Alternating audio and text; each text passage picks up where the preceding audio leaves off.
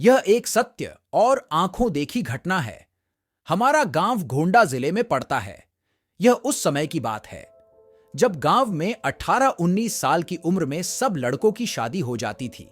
उनमें से एक मेरा मित्र रमाकांत भी है। उसकी शादी 3 साल पहले हो चुकी थी और अब उसका गौना भी आ गया था।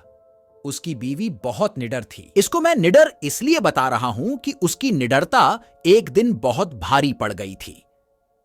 3-4 साल पहले तक गांव की अधिकतर औरतें सुबह सुबह उठकर लौटा लेकर नित्य क्रिया के लिए कोई खेत में तो कोई खुले मैदान में जाती थी। वो भी जब गांव के पुरुष लोग सो रहे हों तब जाती थी। कुछ दिन बीत गया तो अब रमाकांत को एक सुंदर सी बेटी हुई। बेटी अभी 8 महीने की थी। उस समय उसकी बीवी सुबह सुबह अकेले उठकर खेत में चली गई और अपने सासू मां को या फिर अपनी जेठानी को भी नहीं जगाया।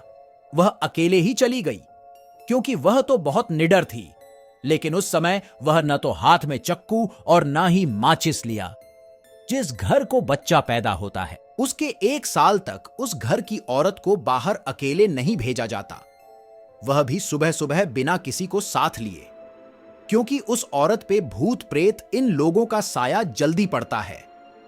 लेकिन वह अकेले गई थी। तभी वहां बेल का पेड़ लगा था। उस पर एक चुड़ैल घूम रही थी जो इसके साथ नहीं आना चाहती थी, लेकिन फिर भी वह आ गई। जब रमाकांत की औरत खेत से आई तो लौटा फेंककर पलंग पर बैठकर गाना गाने लगी। बगल में ही खाट पर लेटी हुई उसकी बच्ची जोर जोर से रो रही थी, लेकिन वह तो गाने में व्यस्त थी, इसीलिए उसे सुनाई नहीं दिया। इतना देखकर रमाकांत चिल्लाने लगा कि बेटी को उठाओ, क्या तुम्हें सुनाई नहीं दे रहा है कि वह रो रही है? फिर भी बीवी ने जवाब नहीं दिया। तब तक रमाकांत की भाभी आ गई और वह समझ गई कि यह कौन है और रमाकांत को इशारा किया कि जाओ दादाजी को बुला लाओ। इतना सुनते ही रमाकांत समझ गया कि मेरी बीवी के ऊपर कोई चुड़ैल का साया है। तभी भाभी ने दादाजी का नाम लिया। तब तो रमाकांत पलंग पर बैठकर दादागिरी झाड़ने लगा और बोला कि तुम कौन हो, यहां पर क्यों आई हो? क्या तुम मुझसे शादी करना चाहती हो? तब तक गांव की कुछ औरतें और कुछ पुरुष मजा लेने के लिए इकट्ठा हो गए।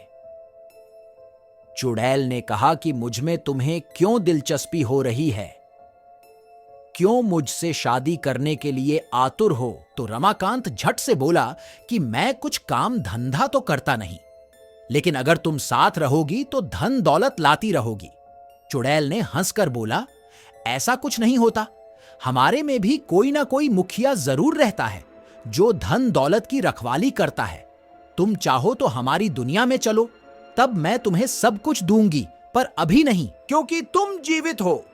रमाकांत समझ गया कि अब मेरे हाथ कुछ नहीं आने वाला है, तो उसने बोला कि ब्राह्मण परिवार में आते हुए तुम्हें डर नहीं लगा? और नीचे बैठे हुए सब लोग मजे लेते हंस रहे थे। तब तक दादाजी भी आ गए और बोला कि यहां से सब लोग हट जाओ और अपने अपने घर जाओ। इतने में रमाकांत की बीवी भी पलंग से नीचे उतरकर सिर पर पल्लू डाल दिया और चुड़ैल भी चली गई। तब रमाकांत मन ही मन बड़बड़ाने लगा कि इनको भी अभी आना था। अगर थोड़ी देर बाद आते तो क्या पता मैं भी माला माल हो जाता। बेचारा रमाकांत बहुत दुखी हो गया।